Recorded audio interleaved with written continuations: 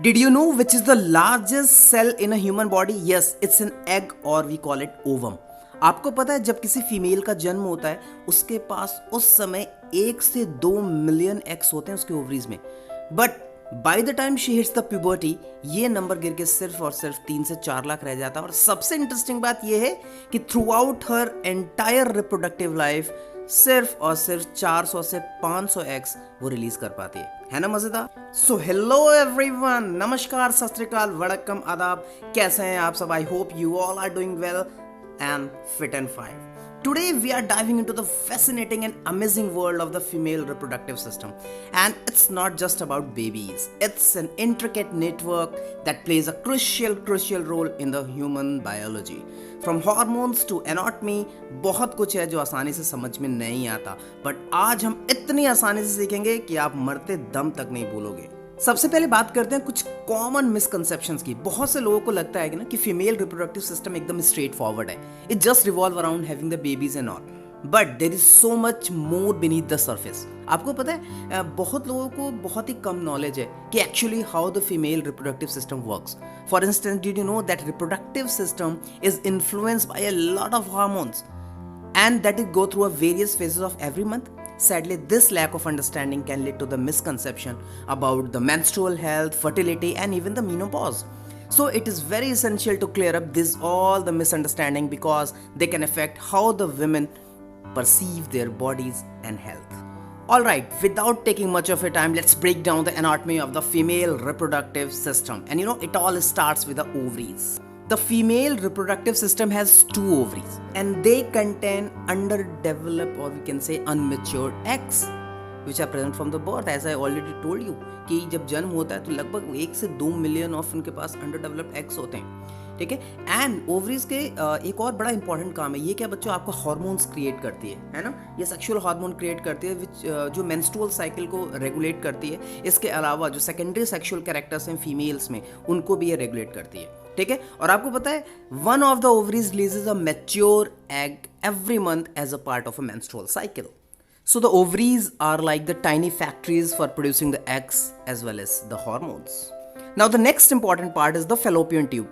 We also call it the oviduct. But these all are the little tubes or we can say they're the highways for the eggs traveling from the ovaries to the uterus. And the most important thing, they are the site of fertilization. हाँ जो बच्चों यहीं पे fertilisation होता है, यानी आपका जो स्पर्म यानी जो मेल गैमीट है वो फीमेल गैमीट यानी ओवम को यहीं पे फर्टिलाइज करता है. कहाँ पे? फैलोपियन ट्यूब में. और आपको पता है fallopian tubes are lined with a hair like cells called the cilia. और ये क्या करता है, ये हेल्प करता है एग्स को मूव करने में from the ovaries to the uterus. अब बात करते हैं यूटेरस की. बच्चों यूटेरस एक बहुत ही अमेजिंग ऑर्गन होता है फीमेल रिप्रोडक्टिव सिस्टम का, ठीक है. यहाँ पे जो एग फर्टिलाइज हो चुका है वो फर्टिलाइज्ड एग यहाँ पे इम्प्लांट होता है, ठीक है. यस बच्चों, यहीं पे जो फर्टिलाइज्ड एग होता है वो इम्प्लांट होता है और फिर धीरे धीरे वो बेबीज में कन्वर्ट होता है. मतलब जो प्रेगनेंसी, जो 9 मंथ की जो प्रेगनेंसी होती है फीमेल्स में, ठीक है, तो वो जो बेबी जो है ना वो यूटेरस में ही 9 मंथ तक रहता है. और आपको पता है uterus has a thick lining जो अपने आप को एवरी मंथ प्रिपेयर करती है फॉर द पोटेंशियल प्रेगनेंसी. और अगर वहाँ पे फर्टिलाइज्ड एग नहीं, एग मतलब मीन्स अगर एग का फर्टिलाइजेशन नहीं होता है तो एवरी मंथ क्या होता है, जो लाइनिंग्स होती हैं जो प्रिपेयर किया है यूट्रस ने अपने आप को, वो शेड कर देता है with the blood and all. And this is called the menstrual flow और we call it the menstruation.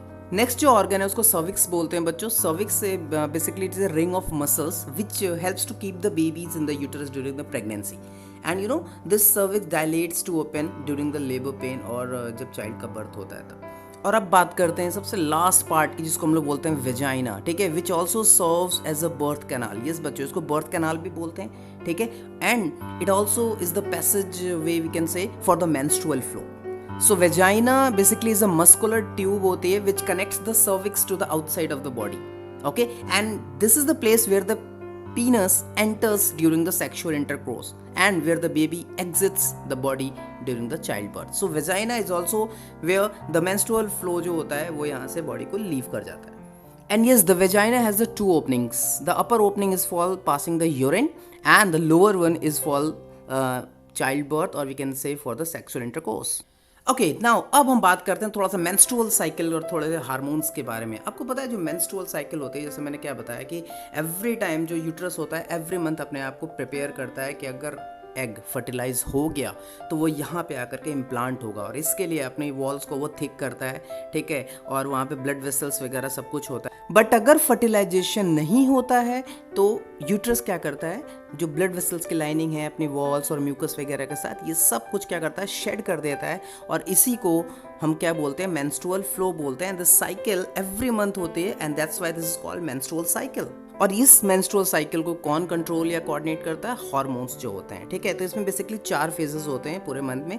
जो जब मेंस्ट्रुअल साइकिल जब मेंस्ट्रुअल फ्लो होता है, ठीक है, यानी जो स्टार्टिंग के डेज 1 to 5 होता है ना, तो वो उस समय आपका जो मेंस्ट्रुएशन होता है, ठीक है। और जब एग फर्टिलाइज नहीं होगा स्पर्म के द्वारा तो यूट्रस अपनी लाइनिंग को क्या करेगा, और जो शेड ऑफ कर देगा वहाँ पे ब्लड के through, and this is called menstrual flow. तो ये स्टार्टिंग के 1 to 5 डेज में होता है। इसके बाद डे 5 to डे 14 का जो टाइम होता है, इसको हम लोग क्या बोलते हैं, वो वाला जो फेज होता है, उसमें जो FSH यानी जो फॉलिकल स्टिमुलेटिंग जो हार्मोन होता है, ठीक है, वहां पे एग मैच्योर होता है ओवरी में। और 14th डे, ठीक है बच्चों, जो 14th डे होता है ना, उसको हम लोग ओव्यूलेशन बोलते हैं, यानी उसी दिन एग रिलीज होता है। रिमेंबर 14th डे, ठीक है। तो वहाँ पे जो LH यानी जो ल्यूटिनाइजिंग हार्मोन्स होते हैं, ये स्टिमुलेट करते हैं, और वहाँ पे 14th डे आपका एग रिलीज होता है। फाइन।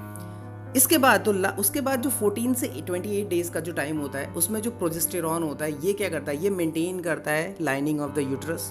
जो मैंने बताया, अपने आप को यूट्रस अपने आप को तैयार कर रहा है ना, रेडी कर रहा है, जैसे फर्टाइज एग आकर के यहाँ पे इम्प्लांट होगा, तो वो लास्ट स्टेज में वो सारी चीज़ें वो करता है। और ये सारी चीज़ें जो है ना, ये हार्मोन्स कंट्रोल कर रहे हैं। आपको पता है ये जो हार्मोनल चेंजेस होते हैं, इनका बहुत ही सिग्निफिकेंट इम्पैक्ट होता है मूड पे, है ना, फीमेल्स के एनर्जी पे, ओवरऑल हेल्थ पे। जैसे मान लो कि जो हार्मोन प्रोजेस्टेरॉन है, ठीक है, it can cause the feeling of relaxation and you can call also call the calmness. While जो एस्ट्रोजन होता है, ठीक है, वो क्या करता है, वो सेरोटोनिन का लेवल को इंक्रीज करता है और आपके मूड को क्या करता है, वो बूस्ट अप करता है। तो हम कह सकते हैं कि एस्ट्रोजन जो एक फीमेल सेक्स हार्मोन है, ठीक है, जो ओवरीज में बनता है, और ये प्यूबर्टी के लिए रिस्पॉन्सिबल होता है गर्ल्स में, ठीक है, और उनकी मेंस्ट्रुअल साइकिल को क्या करता है बच्चों, रेगुलेट करता है। फाइन। इसके अलावा ये क्या करता है, जो फॉलिकल स्टिमुलेटिंग हार्मोन होता है उसको भी रोकता है, सो दैट आपको एवरी मंथ एक से ज़्यादा एग्स जो है वो ना प्रोड्यूस हो, ठीक है। इसके अलावा ये क्या करता है, यूट्रस के जो लाइनिंग होते हैं उनको थिक करता है, उनको रिपेयर करता है, ठीक है, और पिट्यूटरी ग्लैंड को भी क्या करता है, स्टिमुलेट करता है, सो दैट ल्यूटिनाइजिंग हार्मोन वहाँ से क्या हो सके बच्चों, रिलीज हो सके। सो जो पिट्यूटरी ग्लैंड होता है वो क्या करता है, फॉलिकल स्टिमुलेटिंग हार्मोन और ल्यूटिनाइजिंग हार्मोन दोनों ही रिलीज करता है। इसके अलावा ओवरी जो होते हैं वो 2 सेक्स हार्मोन्स रिलीज करते हैं, जिनको हम लोग बोलते हैं क्या, एस्ट्रोजन और क्या, प्रोजेस्टेरॉन। फाइन। इसके अलावा बच्चों जब विमेन प्रेग्नेंट हो जाती है ना, तो जो प्लासेंटा होता है, जो प्लासेंटा जो बनता है, उसके बारे में हम लोग आगे चर्चा करेंगे, ठीक है। तो वो जो प्लासेंटा होता है वो क्या करता है, प्रोजेस्टेरॉन हार्मोन रिलीज करता है, सो दैट ये क्या करता है, it maintain the lining of the uterus, और मेंस्ट्रुएशन साइकिल को भी क्या कर देता है, स्टॉप। सो बच्चों this is all about the female reproductive system. I hope आपको वीडियो बहुत अच्छी लगी होगी, समझ में आया होगा, and you know that's why we call it the female reproductive system is the remarkable and complex system that is vital for reproduction and overall health. From the ovaries to the menstrual cycle, understanding how the each part function can help us to appreciate the incredible work that goes behind the scenes. And the last, thanks for watching, and I'd love to hear your thoughts in the comments below. If you're interested in learning more about the women health and the other videos like this, please keep sharing and loving the science rap. Thank you so much.